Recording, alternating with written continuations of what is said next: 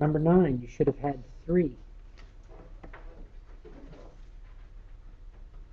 10, I believe, came out to 8. 11 was 1. 12 was 70. 13 should have been 4. 14 should have been 10. 15 should have been 12.5. You're right, it can't. What is it? 35. And 13.5. I don't know. How did I get number 13? I do all of these the same way. I cross multiply. I take 8 times 7, which is 56, and x times 14, which is 14x. Now it's just an algebraic equation, and I divided both sides by 14. And x should be equal to 4. The reason for learning how to cross multiply is eventually these aren't going to be as simple. You're not going to be able to look at them and kind of guess. This x is going to say 2x plus 7. And so you're going to have to know how to distribute through the 2x plus 7 as well as solve that algebraic equation. Yes? How did you get 12.5? I took 5 times 15 is equal to 6x. 5 times 15 is 75. And I divided both sides by 6. 75 over 6 would have been a reasonable answer, but what would be wrong with it? What will go into 75 and into 6? Yeah, they're both divisible by 3. Does anybody know the divisibility rule for 3? If you add the numbers, they should be like one of the multiples of 3. That's very good. So 7 plus 5 is 12, and 12 is divisible by 3. So I know 75 is divisible by 3 as well as 6. How many times does 3 go into 75? This would be 25 over 3. Certainly could have left it this way as well. Or you could have changed it into a decimal, 12.5.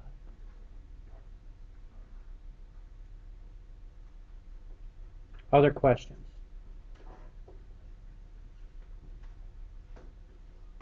We good? Okay.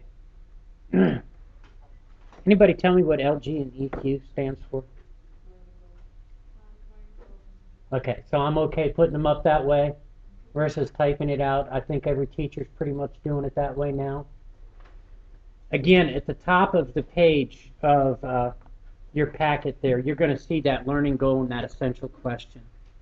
And again, I'm just asking you to think about what that learning goal actually is and rate yourself. Before we ever start, how do you feel you would be at solving problems involving scale drawings? Number 1, do you even know what a scale drawing is? Number 2, if you were working with it, would you know what to do? I mean, there's lots of things that can be done with scale drawing.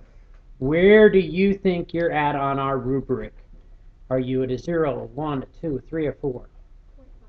Okay. And the essential question, really, that kind of drives this whole thing. How can you use scale drawings to solve problems? So, right there at the beginning of the packet, you're going to see this particular drawing there. And we're going to fill in this table. One of the reasons I chose the particular problems that I did for your bell work, the proportion ones, is scale drawings all can be done with proportions. It's all about a ratio. If in this blueprint 4 inches is actually 3 feet,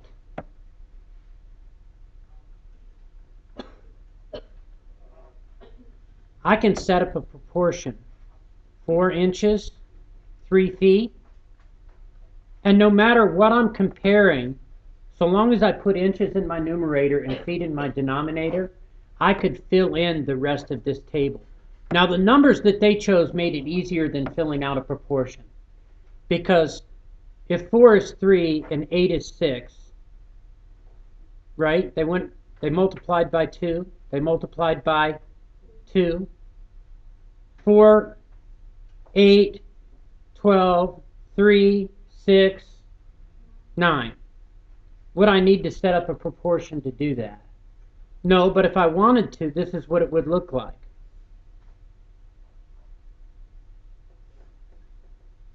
And I would cross multiply. 4x is equal to 36, and I'd divide both sides by 4. And I'd get 9. What's the next number going to be? And the next one? And the next one. Only because they went by even increments. Is it likely that in a blueprint that they would go like that? Not real likely. In fact, it's real likely that a room wouldn't even be in even feet. It might be 12 and a half feet. It might be 14 feet and 3 inches. So it's possible that it would not go even increments like that. But in this table they did. Questions about this table? Okay. A scale drawing. You should find this on page 72. Just want to make sure that you understand what the definitions are. You'll always see the words that are important highlighted, the vocabulary words in this section. A scale drawing is a proportional two-dimensional drawing of an object. And again, a proportion is what we used right here. This is a proportion when two fractions are set equal to each other. It's a proportional two-dimensional drawing of an object. Scale drawings can represent objects that are smaller or larger than the actual object. What's that? Blueprints are scale drawings. Probably the most common scale drawings that people think of. What else? I know back in the day, probably not now, the most common scale drawing that was used in the math class was something you probably don't use anymore. You use a GPS now. Map was a what? Scale drawing. Where do you still use maps? Might. I'd be willing to bet you guys have seen a few maps in school. Yes or no? In what class? You've seen them in Spanish? They've used maps in Spanish? History, I would think that you'd see maps, right? Are those drawn to the real size of the things you're looking at? No. Most of the time they put down there that 1 inch equals so many miles if they've drawn it to scale. If you're looking at a map of a country, it's not likely they've done that. But certainly on road maps, they used to do it. And if you picked up an atlas, you'd find out that they're still done that way. Does any of your parents actually use an atlas yet? Or are they all using the GPS? Yeah. GPS is pretty much done away with it. My mom's not very good at directions, so she always asks my dad to Draw her a map? There's nothing wrong with that either.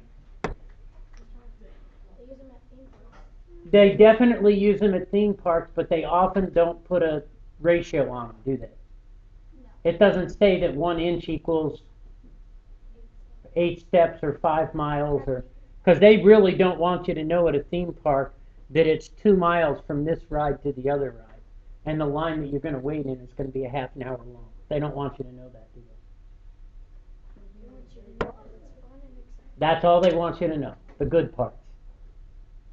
A scale is a ratio between two sets of measurements. Scales can be written 1 to 20. It could be written this way. There's lots of different ways that you can write them, and I'm going to tell you that most of the time you're going to want to write them as a fraction, because it's easy then to compare one fraction to another and cross multiply and be able to fill in that missing piece.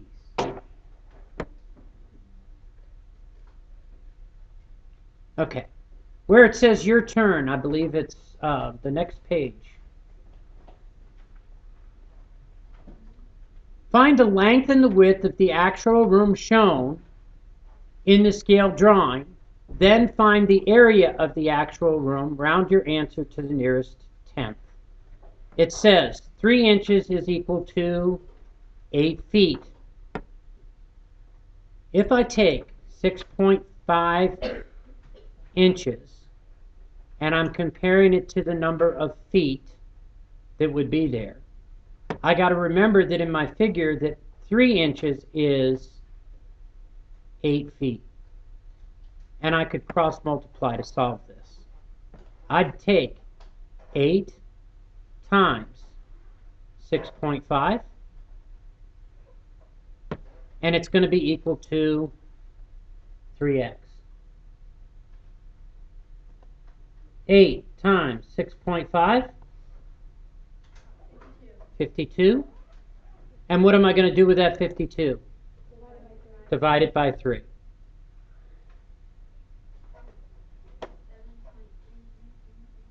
Okay, so we're not going to do 7.3333. We're going to use what? 7 1/3. And the reason I'd want to do 7 1/3 is because... Oh no, I'm sorry, 17. Okay. Now I got to do it. Yeah, it's 17.33333. Okay. The reason I'd want to do 17 1/3 is on a ruler. Can you find 0.33333? Okay. But I can convert. This would be 17 feet. How can I convert this 1/3 of a foot to inches? Multiply by 4. Nope. 4 is going to be my answer. How many inches are there in a foot? 12. How many times does 3 go into 12? 4. 17 feet, 4 inches. The reason I'd want to leave that as 1/3 is because it's easy to change that fraction into something I can find on a tape measure versus what? 0.33333, because you're not going to find that on a ruler or a tape measure, are you? Everybody with me? Okay. How am I going to convert this other one, which is just 5 inches? What am I going to do? 5 inches over x is equal to 3 over 8. And I'm going to take 5 times 8, which is 40. And I'm going to divide that by 3.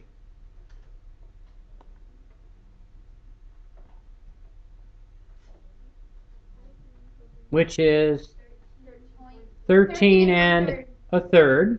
And we already said that third was going to be how many inches? 4 inches.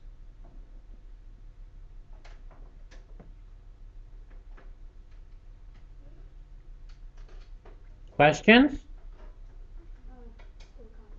Okay. How would I find the area?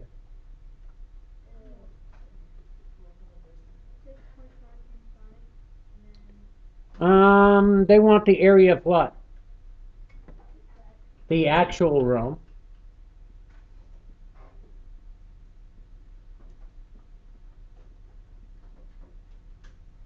How would I find the area of the actual room? Okay, what's the dimensions of my actual room?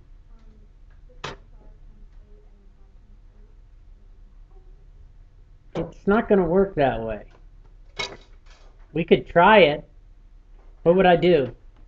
17 1/3 times what? 13 1/3.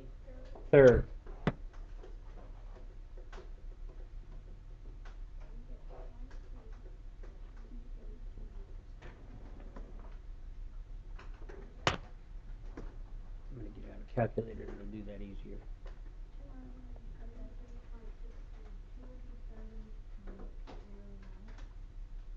Okay, got 2 different answers.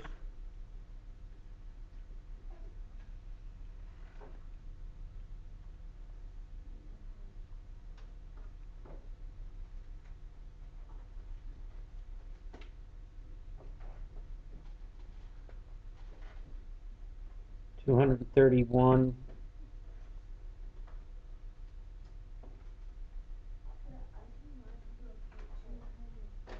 and 1/9. Yeah, it's 231.11111, which is 1/9.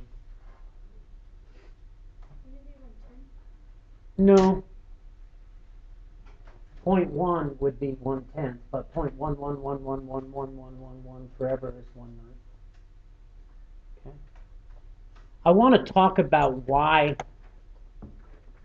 you can't use the dimensions they gave you and then multiply by 3 and then by 8, because that simply won't work. And I'd be willing to bet that somewhere along the lines you've seen a problem that said in the drawing the scale factor is 1 to 2. What's the scale factor of the area? Or find the area if the area in the picture was 4, what's the new area going to be? Anybody want to guess?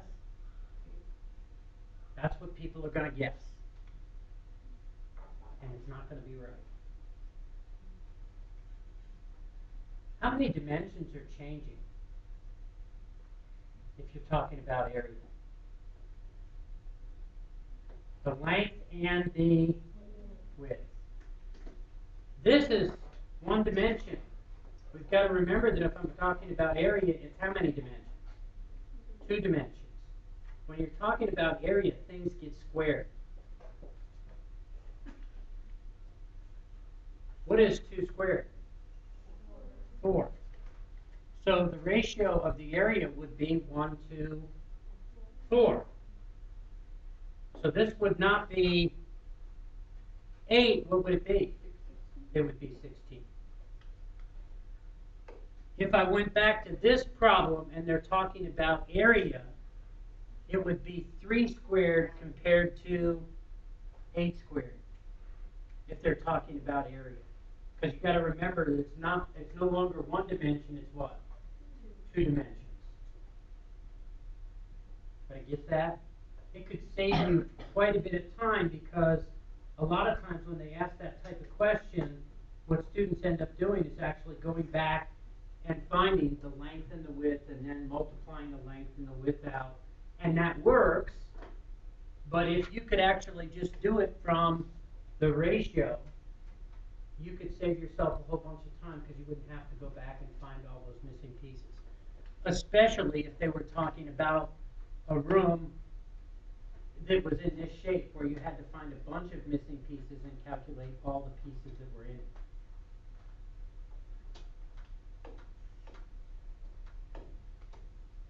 Okay. Let's take, I think it's, is the next page over? No. Same page. Okay. Yeah, my little grid didn't come out very dark. A scale drawing of a meeting hall is drawn on centimeter grid paper is shown. The scale is 1 centimeter equals 3 meters. Okay? Suppose you redraw the rectangle on the centimeter grid paper using 1 to 6. 1 centimeter equals 6 meters. In the new scale, 1 centimeter represents more than or less than the 1 centimeter in the old scale. Definitely more. The measurement of each side of the new drawing will be twice as big or half as long.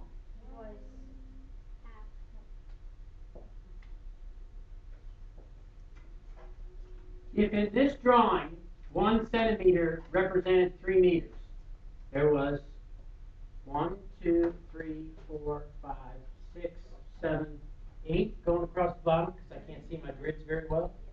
Okay, so 8 times 3 would have been what? 24. This would have been 24 meters. And going this way, 1, 2, 3, 4, 5, 6. So this would have been 6 times 3, or 18. If I draw it to a new scale, 1 to 6, How many spaces do I need going across? 4. 4. And how many spaces do I need going up? 3.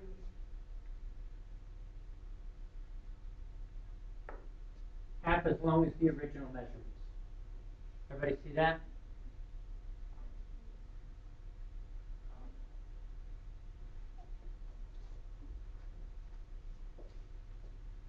If I calculated the area, what's happened to the area?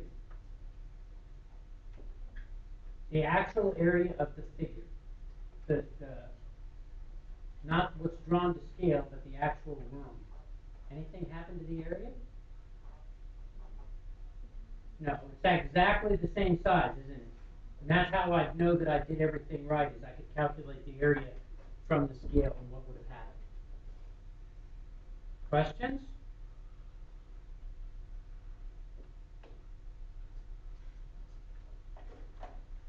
Some of you are probably nearly done. That's the way I got it figured.